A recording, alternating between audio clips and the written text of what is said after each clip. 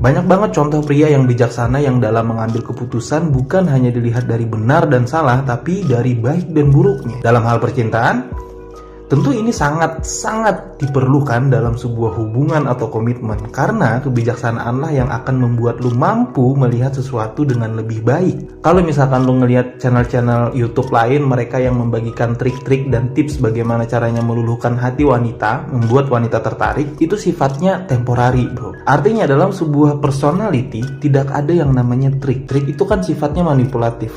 Nah, dalam video ini gue bukan hanya ngajak kalian untuk membuat wanita meleleh, tapi juga membuat mereka mengagumi kalian dalam jangka waktu yang lama. Namun perubahan yang harus kalian lakukan juga harus dalam waktu yang lama, atau kalian harus membentuk habit. Habit yang pertama adalah 1. Jangan mudah diperbudak dengan asumsi liar. Sering banget nih ya yang kita lakukan ketika kita mencocok logikan sesuatu dan akhirnya kita berasumsi bahwa itu adalah sebuah kebenaran, maka kita akan menggebu-gebu untuk menyampaikannya. Nah, sebuah kebijaksanaan melarang kita untuk melakukan itu. Orang yang bijaksana tidak mudah diperbudak oleh asumsi liar. Orang yang bijaksana, dia akan menganggap dirinya tidak tahu sampai mereka benar-benar mengetahuinya. Mereka nggak peduli orang mau bilang apa, dengan segala macam hasutannya, dia tidak akan mudah percaya dengan hal itu sebelum dia benar-benar mengetahuinya. Jadi keuntungannya, dia tidak mudah diperbudak oleh hawa nafsu orang lain. Kan orang yang paling bodoh itu adalah orang yang diperbudak oleh hawa nafsunya sendiri. Namun yang paling bodoh dari yang paling bodoh adalah orang yang diperbudak sama hawa nafsu orang lain. Misal kita udah temenan lama, suatu ketika kita deket sama orang lain. Teman lama kita ini selalu membicarakan kejelekan orang yang baru deket dengan kita itu. Karena menurut teman kita, dia dulu pernah menipunya. Dengan segala kebenciannya, dia merasa dibohongi, akhirnya dia juga mau semua orang juga ikut membencinya. Nah, ketika kita terbawa arus kebencian dia, maka kita sudah diperbudak oleh hawa nafsu orang lain. Orang yang bijaksana nggak akan melakukan itu, bro. Tapi mereka juga tidak semerta-merta langsung menyalahkan orang yang menjelekan itu. Dia tetap dekat dengan orang yang baru dekat dengan dia, dan dia tetap berteman dengan teman lamanya. Cuman bedanya dia tidak bertindak sebagai orang yang paling tahu pribadi orang lain. Maka habit kedua adalah jangan bertindak seolah paling tahu dengan kepribadian orang lain. Kenapa ini gue masukkan ke habit? Karena ini cukup urgen di zaman sekarang. Banyak manusia-manusia yang beranggapan bahwa dia paling tahu kepribadian orang lain. Dia menyimpulkan dengan segala macam perhitungannya bahwa orang ini adalah orang yang jahat dan orang ini adalah orang yang baik. Kalau itu untuk self-defense sih gak apa-apa ya.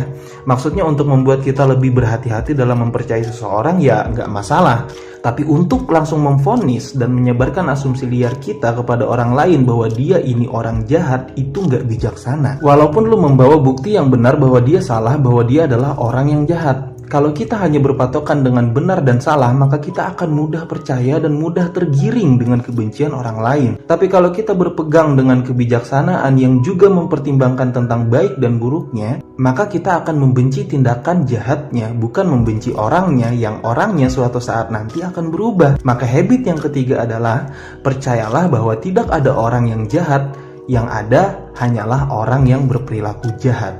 Keuntungan kalau lu punya habit seperti ini adalah yang pertama, hidup lu akan lebih tenang, bro.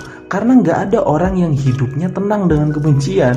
Nah, kebencian itu didasari karena biasanya kita tuh benci sama orangnya, bukan sama perilakunya. Kita mengutuk keras orang-orang yang berperilaku jahat, bahkan zalim ya. Gue setuju. Tapi ingat, itu hanyalah perilaku. Jika Nabi Muhammad SAW waktu itu benci kepada orangnya, Nabi Muhammad tidak akan menerima Umar bin Khattab sebagai seorang muslim. Gimana jahatnya seorang Umar bin Khattab sebelum masuk Islam, ya kan? Itu artinya Nabi kita sudah mengajarkan kepada kita bahwa jangan benci kepada orangnya, tapi bencilah kepada perilakunya. Semua orang bisa berubah seperti Umar bin Khattab, dan berubahnya bisa jadi lebih baik daripada orang yang sedari awalnya itu baik. Nah, seperti inilah yang harus lu terapkan dalam hubungan atau dalam sebuah percintaan. Bahwa kebijaksanaan itu yang paling dibutuhkan oleh wanita dari seorang laki-laki.